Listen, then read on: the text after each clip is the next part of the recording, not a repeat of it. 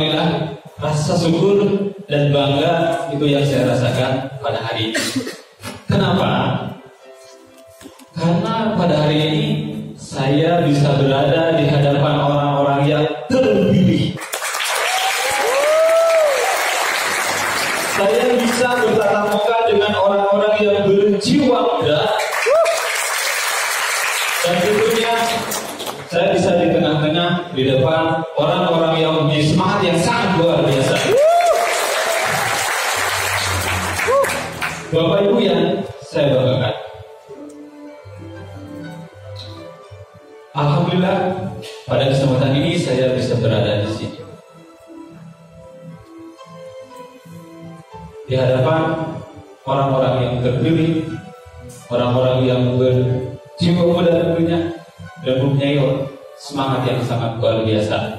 Ya, ada syarat yang tadi mungkin Bapak disampaikan oleh teman-teman MC. Apa syaratnya? Untuk peserta training Tribal itu dilarang memikirkan masalahnya masing-masing. Saya tahu di sini orang-orangnya punya masalah semua. Saya bisa membaca pikiran Bapak Ibu semua. Jadi untuk itu, kalau tadi kata Bu Is yang pertama, hatinya simpan aja dulu di lemari. Nah, kalau saya, masalah-masalahnya simpan dulu di lemari. Jangan dibawa ke sini ya.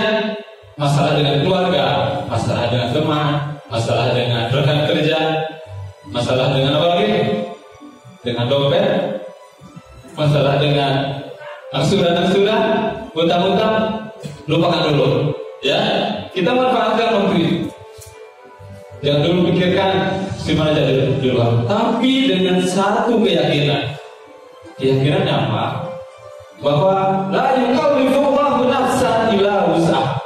Tidak ada satu masalah pun di luar kemampuan kita. Yakin? Yakin. Itu kan.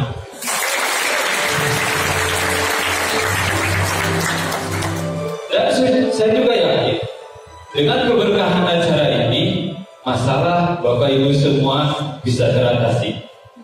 Ya, yakin dengan keluarga bisa damai, dengan rekan kerja bisa ampun, hutang bisa lunas.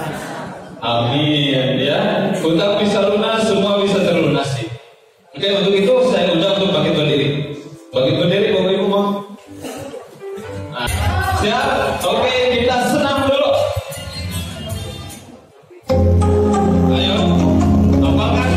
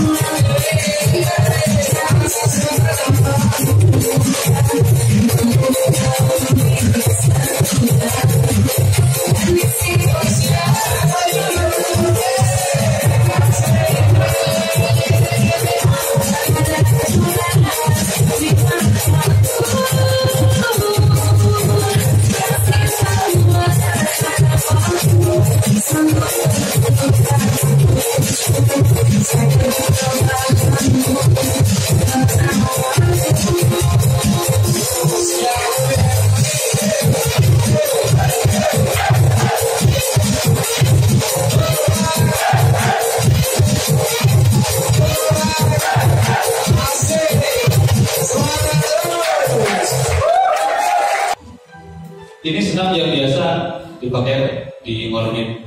Betul? Pasti tidak asing. Tapi tahu tidak siapa yang menciptakan senam ini? Oh, ada yang tahu? Ada. Kita beri tepuk tangan untuk Pak Anda. Sama di sini Pak Anda. Saya mau nanya sebentar nih, karena senam ini memberikan semangat ya, terus sehat juga. Menurut saya tanya Pak Hamzah, kenapa bisa menciptakan senam yang indah dan menyehatkan gitu? Ya karena kan emang udah dari dulu ya, kalau denger musik itu pengen goyang aja jadi. Jadi dari awalnya hobi joget itu dari kecil, ya. bukan naik panggung gitu. Ya. Oh.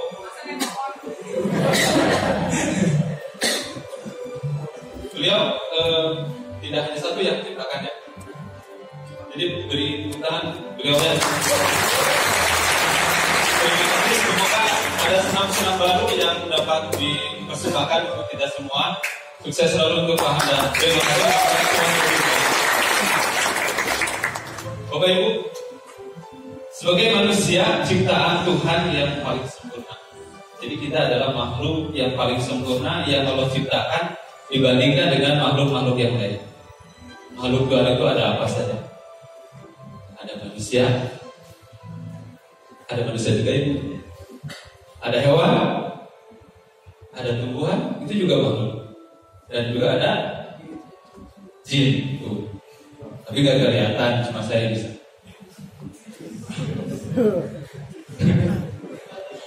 Ya, kita itu manusia yang paling sempurna. Dan bentuk juga, ya. Laki-laki bagaimana, perempuan bagaimana. Semuanya sempurna, indah. Dari mata tidak ada alisnya, pasti ini ada gunanya. Begitu sempurna. Mata ditaruhnya di sini. Coba kalau mata ditaruhnya di sini, pasti ada sambal pasti. Ya, kalau mata di atas, pas kehujanan pasti langsung. Tapi aku ciptakan mata di sini, telinga. Ini kalau keras gimana pasti itu. Ya ini fleksibel, indah. Coba kita pikirkan, itu indahnya tubuh kita. Masalah ganteng cuma relatif ya. Iya, masalah cantik, itu lagi cantik nggak? Tapi berbeda-beda kan? Ya, itulah keindahan. Selain tubuh yang indah, kita juga diberikan oleh Tuhan itu akal dan pikiran. Betul. Kita juga dianugerahkan hati dan perasaan. Jadi bagi kita yang dianugerahkan, yang dirahmati akal dan pikiran, hati dan perasaan, setiap apa yang kita lihat, setiap apa yang kita dengar, bahkan setiap apa yang kita rasa, itu harus menjadi pelajaran bagi kita untuk hidup lebih baik lagi. Itu harus menjadi pelajaran untuk mencapai apa yang kita cita-citakan. Setuju? Jadi apa yang kita lihat, apa yang kita dengar, apa yang kita rasa, itu harus menjadi pelajaran.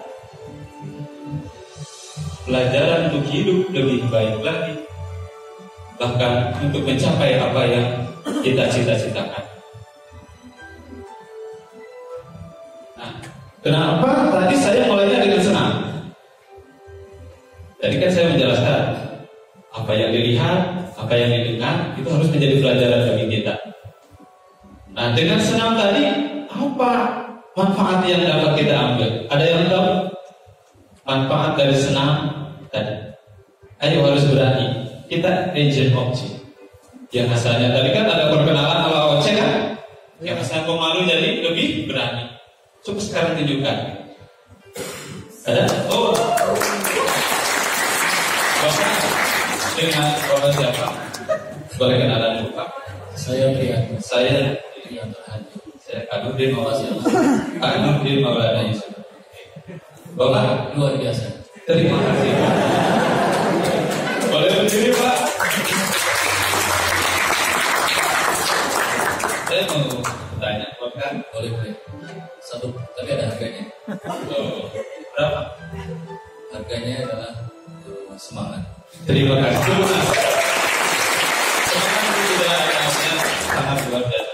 Pak, menurut Bapak manfaat dari senam tadi? Banyak sekali. Yang pertama adalah sehat pastinya. Oh, sehat pastinya. Kedua, kompak mestinya. Iya. Ya kan? Apa tadi gagarannya? Harus kompak itu. Coba apa gagarannya? Ya, kalau sama-sama hafal pastinya.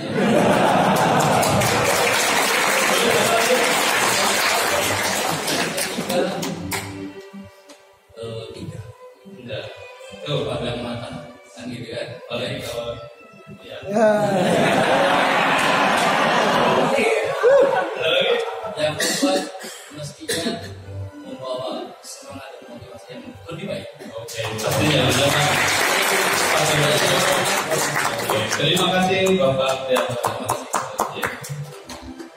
Itu manfaat yang dapat kita ambil. Tadi apa saja? Ada sehat, apalagi kompak, terus tidak, terus memotivasi ya. Itu manfaat yang kita ambil. Terus pelajarannya apa sih? Tadi kan yang dilihat. Kalau yang didengar ada nggak pelajaran yang dapat diambil? Siapa yang bisa? Dari yang didengar. Oke, kelompok satu. Ada yang bisa? Apa yang didengar yang bisa menjadikan pelajaran bagi kita untuk hidup yang lebih baik, bahkan untuk mencapai apa yang menjadi cita-cita kita tadi. Kata sukses yang tadi diucapkan dari pagi, dari apa yang kita dengar dari senam tadi, ada nggak?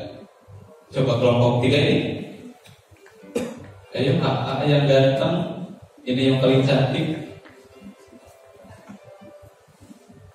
Ada ini nih yang semuanya ganteng, nggak ada yang cantiknya. Ada yang merasa cantik? Nggak ada. Ini merasa cantik kan? Oke, ada yang tahu nggak apa yang didengar tadi dari lagunya yang bisa menjadi pelajaran bagi kita, khususnya untuk mencapai apa yang kita inginkan, apa yang menjadi cita-cita kita? Tidak ada. Oke. Kalau saya tadi dengarnya dari pikir bahwa ada kata-kata dari lagu tersebut yang bisa memotivasi diri saya dalam mencapai kesuksesan. Tahu nggak judul lagunya apa? Tahu nggak? Ini lagu jadul. Ini lagu jadul yang dinyanyikan ulang oleh penyanyi-penyanyi sekarang, termasuk yang tadi. Siapa penyanyinya? Oh, dia mah pasti hafal. Fans. Ya, dinyanyikan oleh Via Valen. Judulnya apa? Ada yang tahu? Tahu? Di sini menunggu, di sana menanti. Oke, betul. Terima kasih. Nah, kalau menurut Pak Hamdan tadi judulnya itu di sini menanti, di sini menunggu, di sana menanti. Kira-kira itu dalam mencapai apa yang kita citakan, apa sih makna dari judul lagu tadi? Jadi berani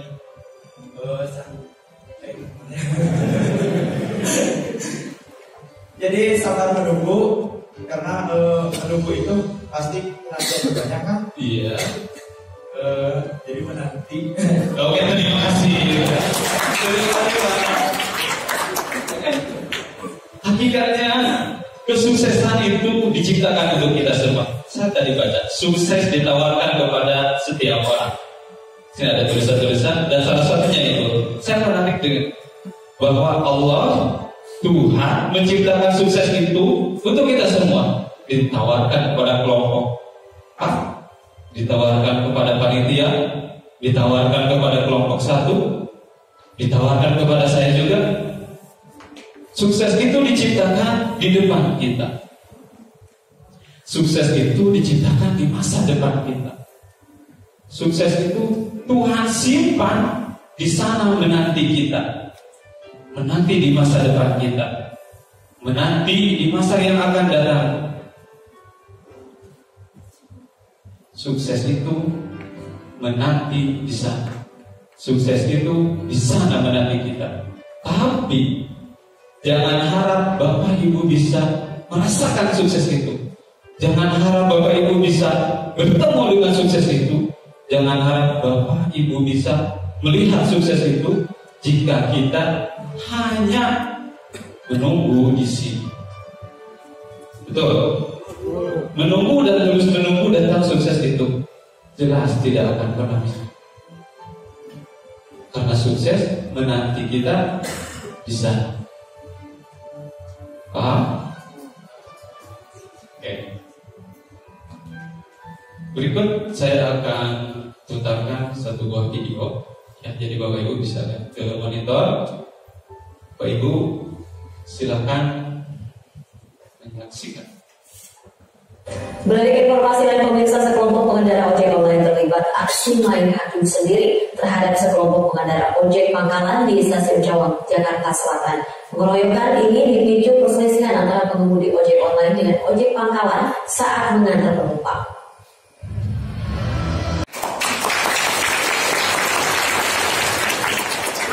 Oke, Bapak Ibu, saya boleh ya. Berita ini kurang lebih 2 tahun kita sering saksikan. Tuh, pernah melihat ini kan di berita-berita TV?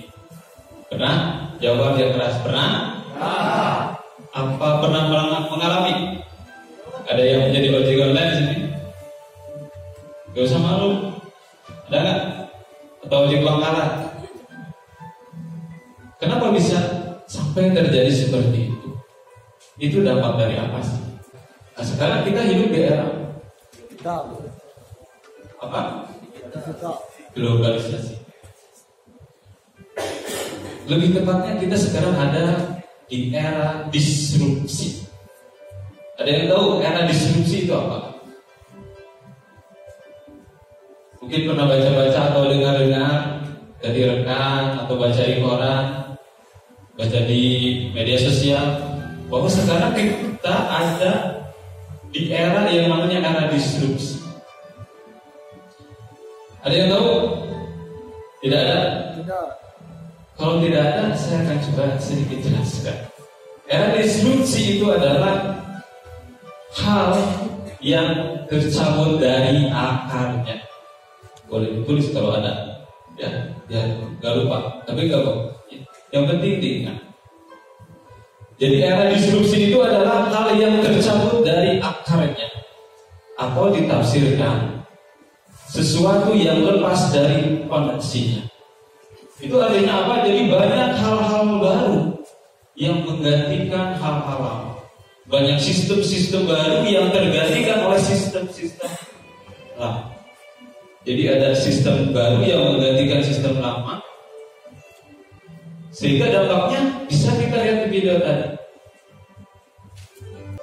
Era disrupsi itu seperti 2 sisi mata uang yang berbeda.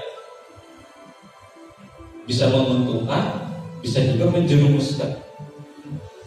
Bisa menjadi peluang, bisa juga menjadi ancaman. Kalau kita lihat tadi di video, itu menjadi ancaman bagi siapa? Bagi ojek pangkalan. Tapi yang bisa menggunakan teknologi itu menjadi peluang usaha. Ya.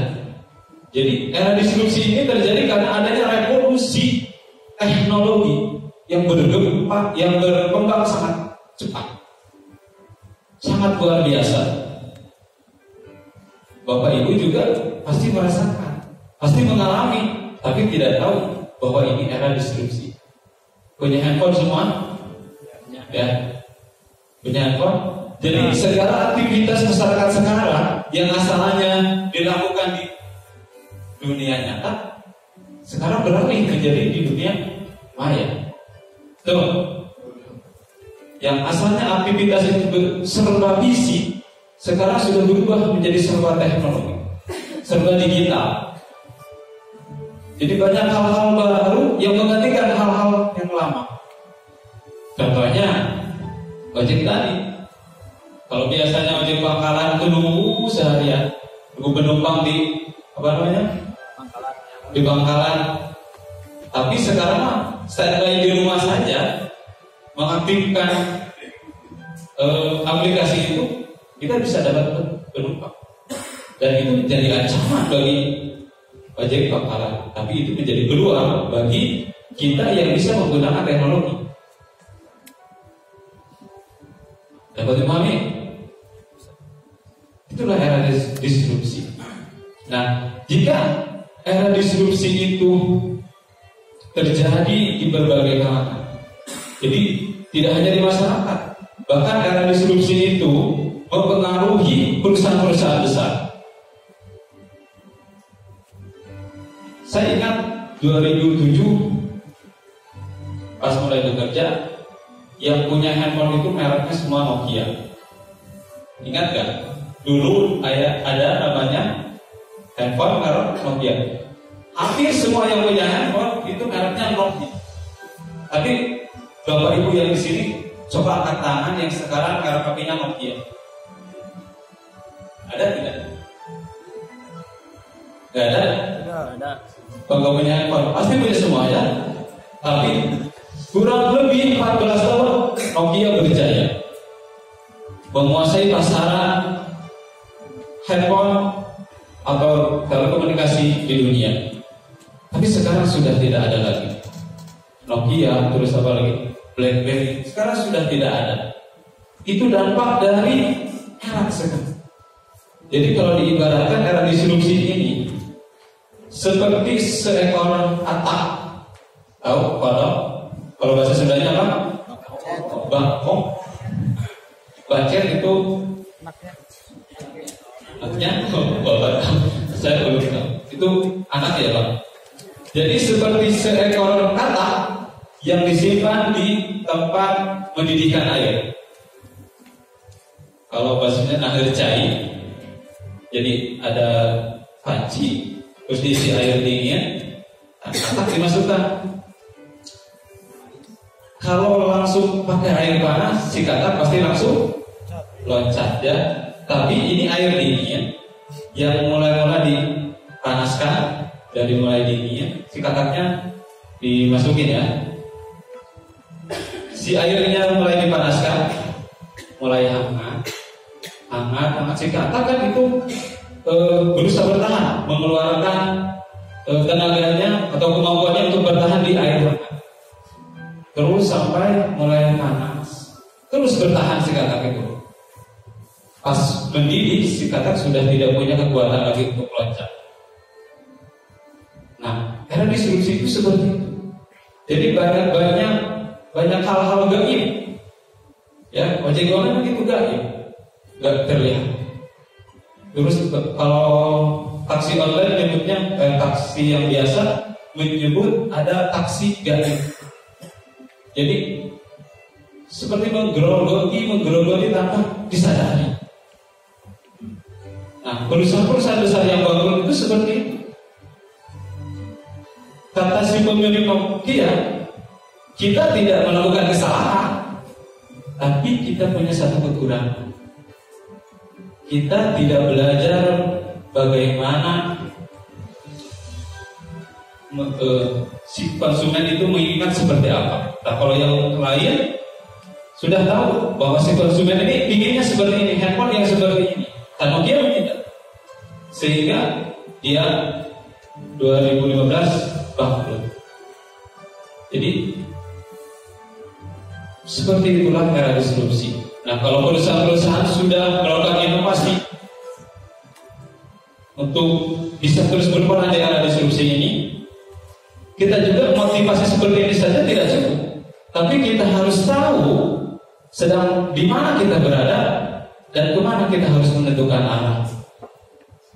Era disrupsi ini, kalau menurut Renal Kasari, kalau tidak berubah pasti akan punah. Kalau tidak berinovasi pasti akan mati. Mau seperti Nokia? Enggak. Kita harus tetap berperan. Ya, tapi sudah tahu apa yang harus dilakukan di era yang seperti ini? Belum tahu? Oke. Wah, itu ada. Siapa yang pernah nonton ini? Ada? Kalau ada berarti sudah. Jika ada yang tua sudah matang kata boys. Kembali kita sebagai manusia yang seperti tadi dianugerahkan akal dan pikiran. Jika kita belajar dari tontonan masih kecil ya, seperti sepele, ternyata itu bisa menjadi bahan pelajaran bagi kita. Ingat pas berubahnya pas seperti apa, pas keadaan seperti apa si Kota Roy. Ternyata sudah hampir mau kalah, dia pasti berubah yang akhirnya memenangkan pertandingan. Tuh. Nah, kalau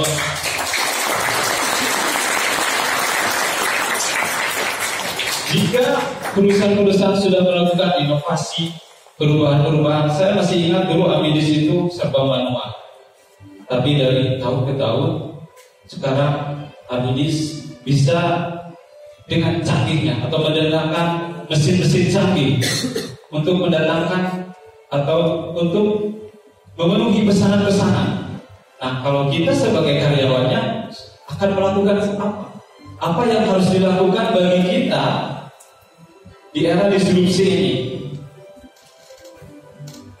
Sekarang ada hal-hal yang harus kita lakukan di era disrupsi ini agar tidak punah, agar bisa terus berperan aktif di era disrupsi ini. Yang pertama harus kita lakukan adalah keluar dari zona nyaman. Ada yang tahu definisi keluar dari zona nyaman? Kenapa kita harus keluar dari zona nyaman? Padahal zona nyaman itu yang kita inginkan. Ya, karena di zona nyaman bisa duduk sambil menonton, ya, sesantai, bisa bersenang-senang di zona nyaman. Tapi ternyata kita harus meninggalkan itu. Kita harus keluar dari zona nyaman. Ya, tuh kan lagi duduk enak. Ya, enak. Sekarang saya ingin kita pindah. Ya, pindah dari zona nyaman. Bedanya apa? Bapak ibu yang sebelah sini, yang sebelah kiri saya harus pindah ke sebelah kanan saya. Oke? Tapi tunggu apa-apa saya. Jadi kalau yang kelompok 3, ini kan ada 12 orang. Ya, ada 12 orang. Jadi yang 6 sebelah sini pindah ke sebelah sini ya. Harus pindah tempat. Karena kita akan mencoba keluar dari zona nyaman Anda. Kenapa kita harus keluar dari zona nyaman? Saya punya satu cerita. Ceritanya tentang ada 3 jenis angin. Sebutkan, ada yang tahu 3 jenis angin? 1 jenis angin. Angin apa saja? Putih beliau. Siapa yang jawab? Oh, ada ini. Peserta jawab ya. Yang pertama angin putih beliau. Kedua angin topan. Ketiga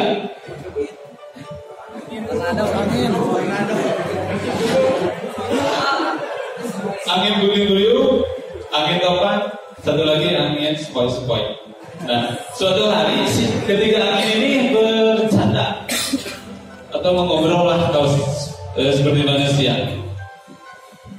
Ketiga angin ini mengadakan sayembara. Sayembaranya adalah menjatuhkan monyet dari pohon. Jadi barang siapa yang mampu menjatuhkan monyet dari pohon, itulah pemenang. Kata si angin putih beliau begini, kalian berdua gak usah ikut-ikutan atau gak usah biar saya saja. Saya dengan 1 atau 2 detik bisa menjatuhkan monyet itu dari pohon. Langsung si angin putih beliau berputar.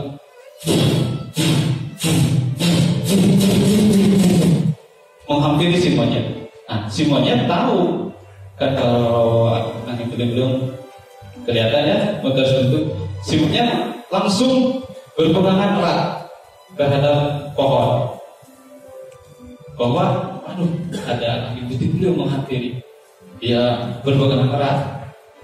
Pas si angin putih beliau menggulung si monyet 1 menit, 2 menit, 3 menit, sampai lama sekali si monyet tetap di pohon. Dan akhirnya si angin putih beliau menyerah. Ditertawakan sama angin topan. Kata angin topan, kamu gayanya selangit, menjatuhkan monyet saja tidak bisa. Saya akan coba menjatuhkan monyet itu hanya hitungan detik. Dengan percaya diri, si angin topan pun langsung dengan suaranya bergulung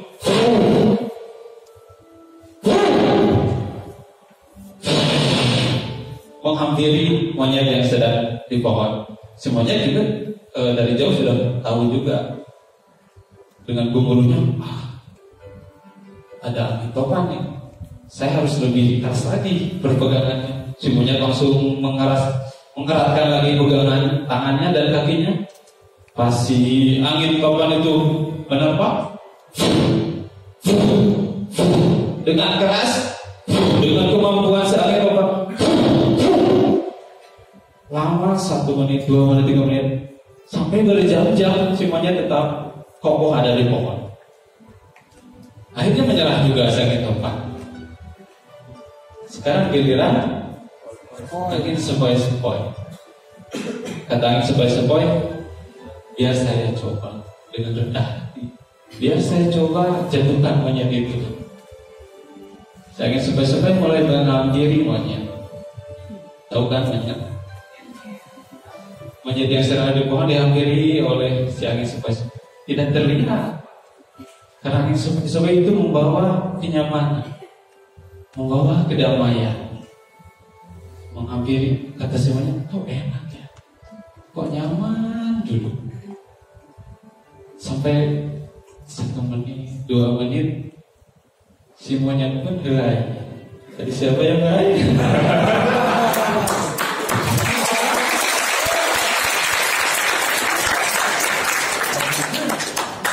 Monyet pun mengatur, lama-kelamaan monyet, kok enak ya, kok menyejukkan, kok terasa damai. Ya, lama-kelamaan monyet itu ngantuk, helai, dan tertidur. Nah, pas saat tidur itu si monyet pun jatuh. Jadi, kenapa kita harus keluar dari zona nyaman? Karena tadi monyet juga merasa nyaman, yang akhirnya jatuh. Sehingga yang memenangkan adalah angin sepoi-sepoi yang membawa kedamaian, kenyamanan, mengenakan, enak untuk tidur, ya, untuk bersantai-santai. Gitu. Jadi kita harus keluar dari zona nyaman itu. Nah, kenapa harus keluar dari zona nyaman? Karena di zona nyaman itu tidak ada pertumbuhan. Ya, duduk saja, saya berjalan, ada pertumbuhan, ada perkembangan. Ya, di zona nyaman itu tidak ada perkembangan, tidak ada pertumbuhan, tidak ada ilmu baru yang didapat, tidak ada wawasan baru yang didapat, tidak ada ide-ide baru. Kerjanya hanya gitu saja. Kalau jadi operator saja, pemikirannya operator saja. Kalau kepala regu, pikirannya kepala regu saja. Kepala SIM. Ketika kalau operator ada perintah dari Karun, pasti yang pertama ketika diperintah, kamu harus ini. Apa? Karena sudah nyaman di pikirannya operator, pasti yang pertama itu menolak. Karena apa? Karena pemikirannya hanya sebatas operator. Tidak punya pemikiran menjadi kepala, tidak ada pemikiran menjadi kepala. Sehingga kalau ada perintah dari atasan, yang pertama adalah menolak, mengeluh. Tuh, keluar dari zona nyaman. Siap pindah lagi? Siap lagi, ayo semangat.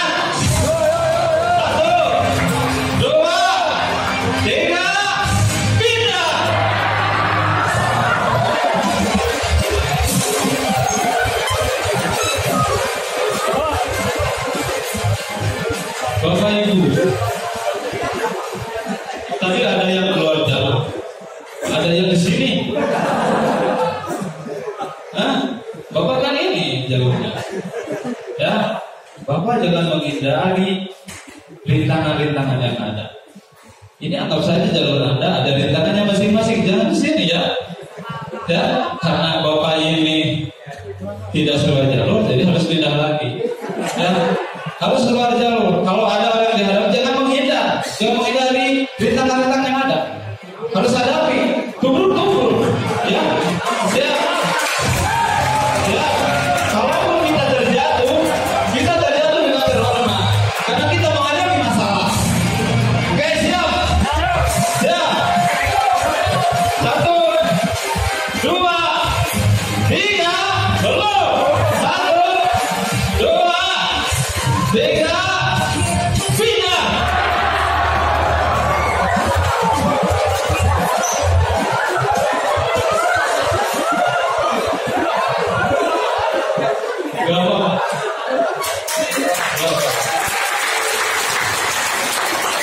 Pegang siapa? Pegang saja.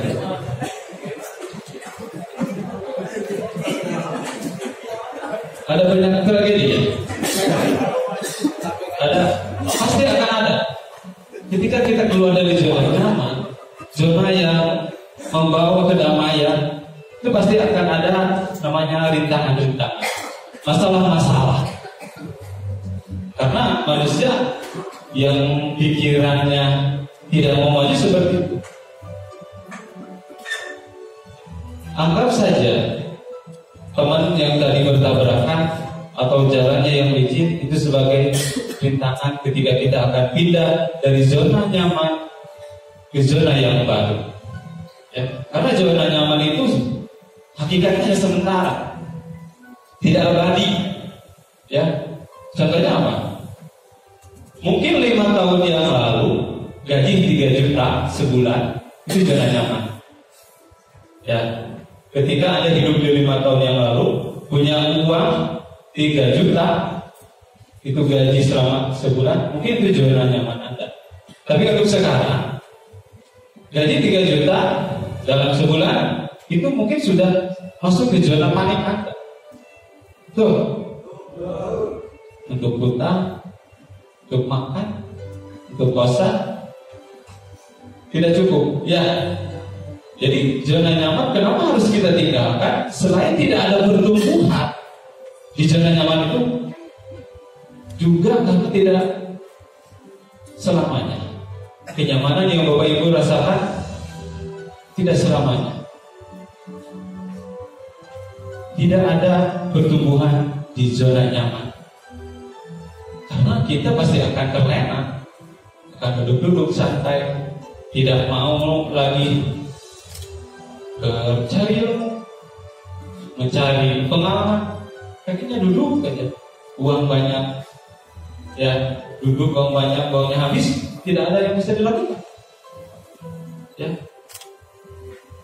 seperti tadi, jika diibaratkan seperti bayi. Bayi ketika ingin berdiri beberapa kali jatuh, berdiri jatuh. Pernah kecil kan kita semua? Tapi pasti tidak akan ingat. Tapi pasti pernah melihat seorang bayi yang asalnya tidur saja, dia ingin berdiri. Ketika berdiri, pasti dia akan langsung bisa. Sekali jatuh, 2 kali jatuh, terus berulang. Tapi akhirnya bisa berdiri.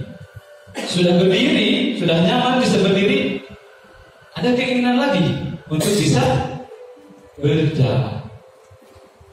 1 langkah jatuh, 2 langkah jatuh, tapi terus karena ingin keluar dari zona nyaman dia berdiri, dia ingin melangkah, dia ingin bisa berjalan. Rintangannya itu ketika jatuh pasti sakit. Walaupun bayi tidak bisa berbicara, tapi pasti itu sakit.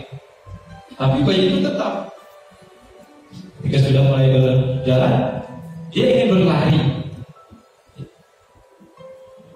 Ketika belajar berlari, pasti dia juga pernah terjatuh sampai luka-luka.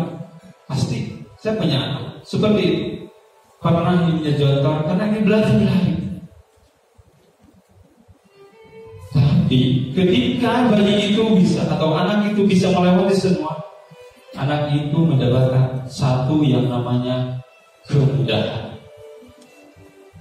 Ketika sudah bisa berjalan, dia bebas mau berjalan kemana saja. Ya, ketika dia sudah bisa berlari, dia mudah untuk berlari kemana saja dia mau. Jadi ketika bayi itu sudah bisa melewati itu semua, ada satu bonus, ada satu rasa, ada satu kemudahan yang dia dapat.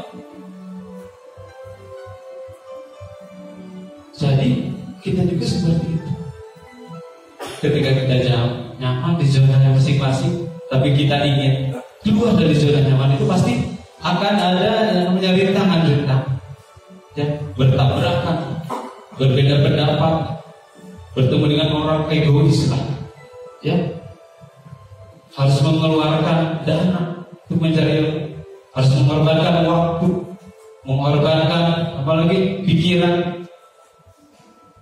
Tapi ketika Bapak Ibu semua sudah melewati itu, pasti akan ada tugas. Jika tadi saya melihat video yang di sesi pertama, yang naik tangga, ya, dengan kita keluar dari zona nyaman pasti akan bertambah ilmu. Tuh. Dengan ilmu kita akan naik derajat. Jika kamu menginginkan dunia, maka harus dengan ilmu. Jika kamu ingin menginginkan akhirat, harus dengan ilmu juga. Jika Bapak Ibu ingin menginginkan keduanya, harus juga dengan ilmu.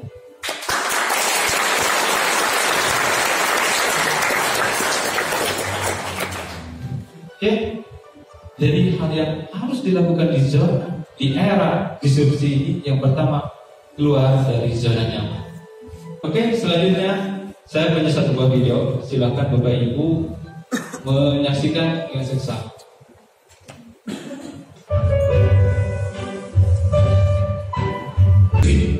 chưa còn gì.